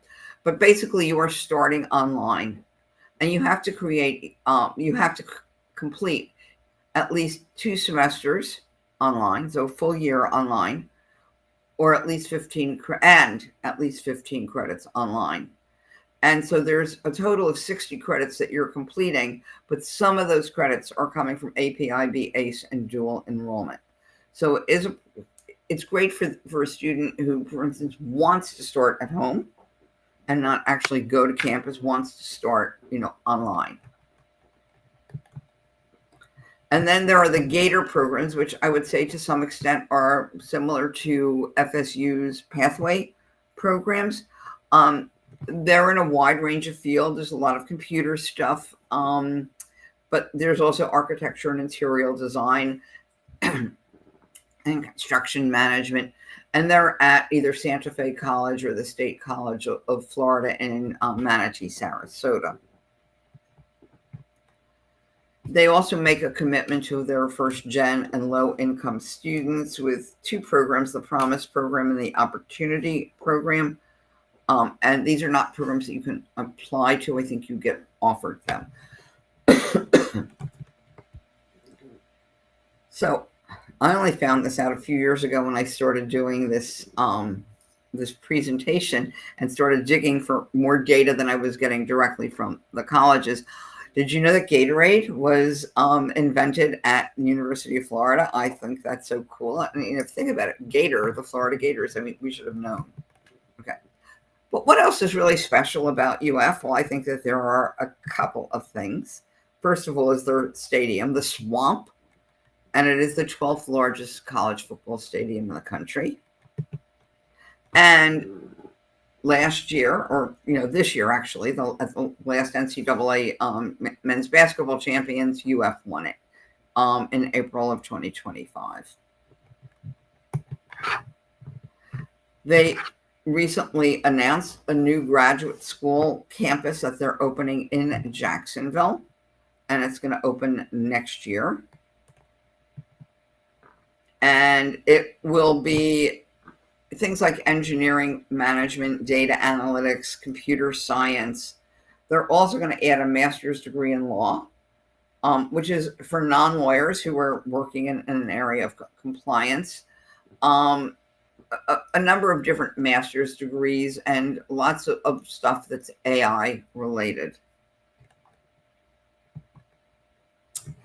One of the things that had been a long-term goal for University of Florida that was finally achieved in 2021 is looking at the U.S. News and World Report rankings, and I am going to go into them at the end. They have long yearned for being one of the top 5 public universities in America. They were looking for equality with schools like equality in rankings with schools like UCLA, Berkeley, Michigan, who else is up there? Virginia, North Carolina, Texas. Those have pretty much been the top ones. And finally, in 2021, UF was the very first state university in Florida to make it to the top 5 of state universities. This year, they're tied as the number 7. So they're still way up there, and they're tied with the University of Texas in Austin. And the other colleges that I just mentioned are also in that, very top group. But that is why we are seeing one of the reasons we are seeing more and more out-of-state students applying to University of Florida and Florida State. And then there's the trickle-down effect looking at USF, UCF, and the others. Okay. Forbes has its own ranking, and it was named number 5 in the nation in the current ranking, which is saying for this next year, University of Florida is number 5 public in the nation and number 30 across all universities, in the nation. Now going up to North Florida, still, further north than the University of Florida, we're going to look at University of North Florida and its Lazy Pool. It has 6 flagship programs. One of the best known ones is in transportation and logistics, although I've never had a student apply to that. But it is at a major intersection of 2 of the biggest highways in America, US 1 running from Florida up to Maine. And I think the other one is the 10, and they do call it the 10, running from practically from the University of North Florida campus all the way out to California. So it's the intersection of those 2. Their shipping port, I believe, is one of the largest in the country. And there's also a major railroad that goes through the area. So transportation and logistics has become super, popular. Definitely a flagship program there. But they're also very well known for things like music, and nursing. And you can see that nursing is one of its, most popular majors. So is kinesiology, which is a major that often leads to a career in physical therapy. And of course, computer science is in there now too. Among the newest, cybersecurity, we're seeing that pop up all over the place, and information technology, again, very computer oriented, and fintech, financial information, computing information, sport management, growing, and environmental science.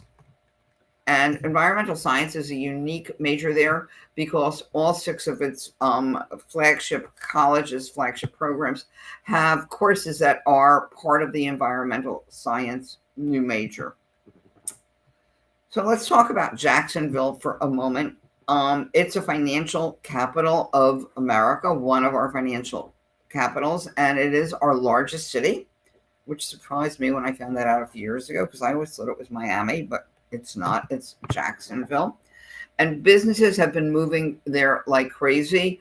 It's a very, business welcoming city, and they're moving because of the low taxes, possibly for politics, possibly for the weather, but definitely the low taxes driving northern business moving south. So it has become a hub for companies that are focused on financial technology, and so UNF has a fintech academy that focuses on partnerships with industry, and there are a number of majors that are part of the undergraduate experience that are involved in fintech, a major, a minor. Um, so definitely, it's a very cool place to be. I think it's also Florida's youngest city with more higher percentage of young people than any place else in the state. So Coggin College of Business it broke ground in October a year ago. It isn't open yet. It's basically expanding, it's renovating, it's adding new space, but it's a top business school, very, state of the art. A brand new esports arena is going to be, let me go back to the picture a little bit, is going to be opening next year. Again, that's sweeping colleges across America. And if you love the beach, you're 20 minutes from the beach in Jacksonville. You're about 2 hours, by the way, from, FSU. It's a school that is very much expanding. Its goal is getting up to 25,000 students by 2028. Jacksonville has been rated by U.S. News as one of the best places to live in the United States. It has a great sorority fraternity life there, and a number of living and learning communities. And again, that's where you're living with friends who have similar interests. You could be living in, say, French House, and where everyone is speaking French. It was ranked by Fiscal Times as one of the 10 top public colleges with insanely luxurious dorms. One of the things I personally think is very cool with it is that you may know that Mayo Clinic is known as one of the best medical clinics in the U.S. Main campus is out west, but it does have a big campus, big presence in Jacksonville. And so there is a relationship between Mayo Clinic Jacksonville and UNF where students can do internships or take a doctoral degree at the Mayo Clinic. Direct entry nursing program is similar to FAU's. I think it's not quite as competitive to get in as FAU. And the Coggin College of Business that we just talked about has been named by Princeton Review 17 years in a row as one of our nation's top business schools. And there is a guaranteed experiential learning opportunity for all students. Typically that means internship, but it could also mean like a study abroad. And it was also featured on Amazon Prime for the college tour. And now I'm moving, south, but on the West Coast to University of South Florida. Any questions, Jay? Okay, so that's the honors, the newer honors college that opened on the USF campus. So USF actually has 3 campuses. It's one university. It's accredited as one university, and therefore they don't share separate stats, admission stats on the individual campuses. But, Tampa is the main campus, the biggest one in terms of the acreage as well as the student population. A wonderful campus in St. Pete, if you like the idea of being both downtown and on the water and with smaller classes. And the newest one is the one in Sarasota, Manatee, that now has a residence hall. It is the smallest, but it does have a unique partnership with Stetson Law for direct admission, assuming you did well when you were at Sarasota Manatee. Tampa, even though they're not going to release admission stats based on campus, the main campus in Tampa is the most competitive admission of all of them. And these are the signature programs at each of them.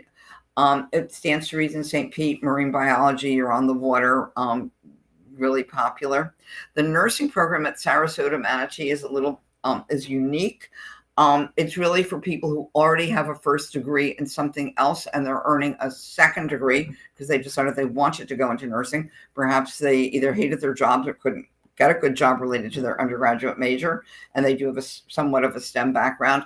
They have a unique nursing program there, but I did want to share with you what the signature programs are at each of the 3 campuses. Okay, so they also have a BS MD program. It doesn't work like FAUs. It works a little bit differently. You're applying to USF and you're also applying to the Judi Honors College. And you basically have to apply midway through your freshman year, and there are minimum requirements. Basically, you have to maintain a 3.6 by your freshman year, a 3.7 by your sophomore year, and you are applying to the Morsani med school after your sophomore year. They're not very sharing with current statistics. So what I do have is like some of the benchmarks and things that the students who got in a few years ago were doing. But basically, they're pretty top students who know that they are interested in medicine and really don't have to go through the horrendous med school application process. You do have to maintain a high, GPA, do research, do medical observation, do a little bit above average on the MCAT, but it's a really nice feature to have at University of South Florida. But they also have other double degree programs with, in the health sciences, also in medicine. The Lake Erie College of Osteopathic Medicine actually has more than one campus, but one of them is in not at Lake Erie, I believe it's here in Florida, where you can get go from a BS to a DO, or you can also do dentistry there. And they have a wonderful program with getting a JD, your law degree at Stetson, in not 7 years, which is typical, but is a 6-year program. So there's a lot of interesting double degree programs at University of South Florida. Among the newest construction has been the Judi Honors College, and certainly the esports living lab. Again, esports is taking over. And looking at their newest majors, again, we're seeing lots of stuff that's computer related, and financial technology will actually be a major next year. They are expanding their College of Nursing. It will happen next year. It's under construction now, and it's going to accommodate, basically it will wind up graduating at least 500 additional nursing students by 2028. There's a tremendous shortage of nurses here in Florida, so it's wonderful that they're expanding it. And they are actually building a new stadium. They do have a stadium, but this will be an on-campus stadium, and it should be done by 2027. And they even have their first game scheduled against Louisville. Okay, here's artificial intelligence again. The Bellini College of Artificial Intelligence, Cybersecurity, and Computing. It will be the first college in Florida, is completely devoted to these areas, and it's been named after its benefactors, Arnie and Lauren Bellini. And it's really positioning Tampa Bay as Cyber Bay. It's going to become a national hub for AI and cybersecurity. And honestly, it's the cybersecurity workforce is really growing like crazy. And the more you look at job postings, the more you're going to see that there's a tremendous need for AI literacy. So they are going to have the first college essentially of AI here in the state of Florida. They already have majors that are related to the subjects that will be part of Bellini, they started in 2023. And I don't think there's been any college in the United States that has risen faster in the rankings than University of South Florida. If I look at U.S. News and World Report, and I'm going to give you a caveat about that in a minute, USF is ranked as the third highest state university in Florida. It's not, when you look at the statistics, it looks like UCF might be a little bit harder to get into, but USF is ranked as the third, the third highest state university in Florida. I don't like to share rankings in general. I do rely a lot on U.S. News and World Report, but I use it more to compare SAT and ACT ranges and also percent accepted. The new version of U.S. News and World Report will be coming out next week, and it will be called, Best Colleges for 2026. So when it comes out in 2025, it's called the Best Colleges for 2026.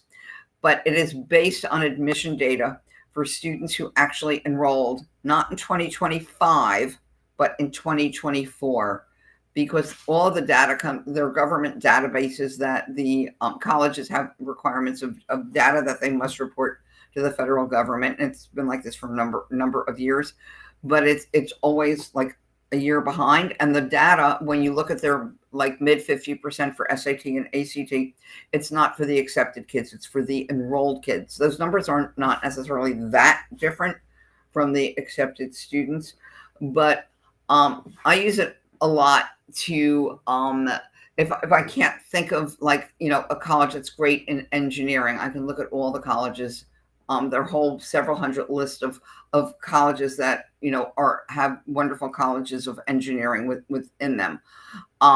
So I don't necessarily take it seriously that, let's say, Princeton is ranked higher than, I don't know, Penn. That does not mean that Princeton is better. It just may mean that it might be harder to get into, but it means that they're both ranked, incredibly highly. So I will use this more for generalities than anything else. USF has more patents than many other colleges, and in fact, it's way up there with places like MIT and Stanford, and Caltech.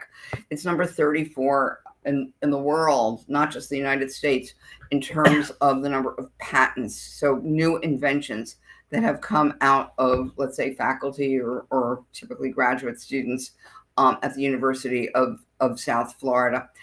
If you love the beach, it's another great place to go, because three of the best beaches in the world are very close, or actually I should say in the world, in the United States, three of the best top-ranked beaches in the United States are very close to the University of South Florida. And they actually just launched a brand new varsity tennis team. It's the women's lacrosse, and it's the first new women's team since 1995. It is one of our preeminent research universities here, in Florida. So if you're super interested in research, USF is also a fabulous place to go. Guess what? We're at number 12. Let me see if there's any more questions. This is the University of West Florida Stadium. I'm going to jump ahead of myself and tell you it is one of the most beautiful in America. Part of that is because it's actually right on the water, which is pretty cool. So, University of West Florida, these were the top 10 majors for freshmen.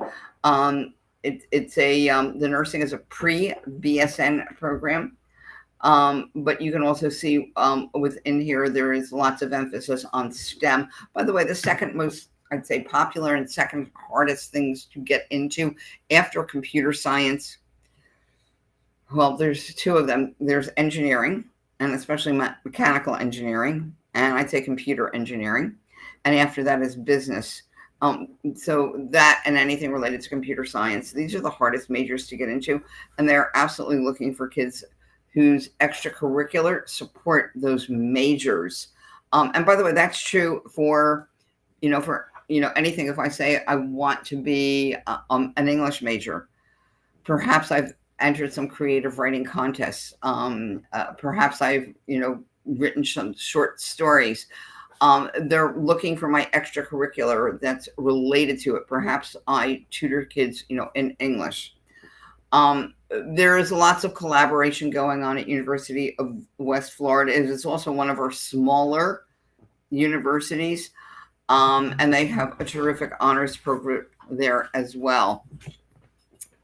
One of the things I think is most cool is that the kids do manage, a $1 million bond fund and a $500,000 stock fund. And they have two different management courses. This is not monopoly money. They are managing university funds, and they're really getting real world experience. They also compete, and their bond fund management team actually came in second in national competition against 150 other universities. Well, 150 universities. That's pretty terrific for not a incredibly well-known university outside of Florida. So some pretty cool stuff. Do you know that they're in a different time zone? They're not in our time zone. They're an hour earlier. They're much closer to Alabama than they are to us. They're also by a phenomenal beach if you love the beach. And Pensacola, which is where they are, was also, voted as one of America's best cities and also one of its safest. Within the state university system, they are the only Division II team, and they've been named as having one of the most scenic stadiums. Basically, I think I told you one of the most beautiful because it's on the water. And if you are an outdoorsy kid, you will love University of West Florida because of the hiking trails, the biking trails, the nature preserve, all the recreational activities that are, in the immediate area.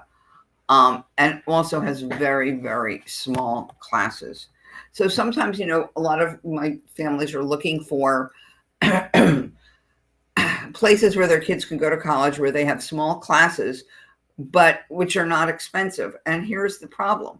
If I go to something like, let's say in Florida, Rollins or Stetson, or out of state, let's say smaller, Elon or High Point, these are places that are significantly, maybe triple the price, triple the price of, say, State University of Florida. But yet I can go to a school like University of West Florida, and I can get that same small classroom experience and a much better learning experience, and at the price of a Florida education, which I would say, not counting Bright Futures, but if you're looking at room, board, books, fees, tuition, you're probably looking at less than $30,000 a year.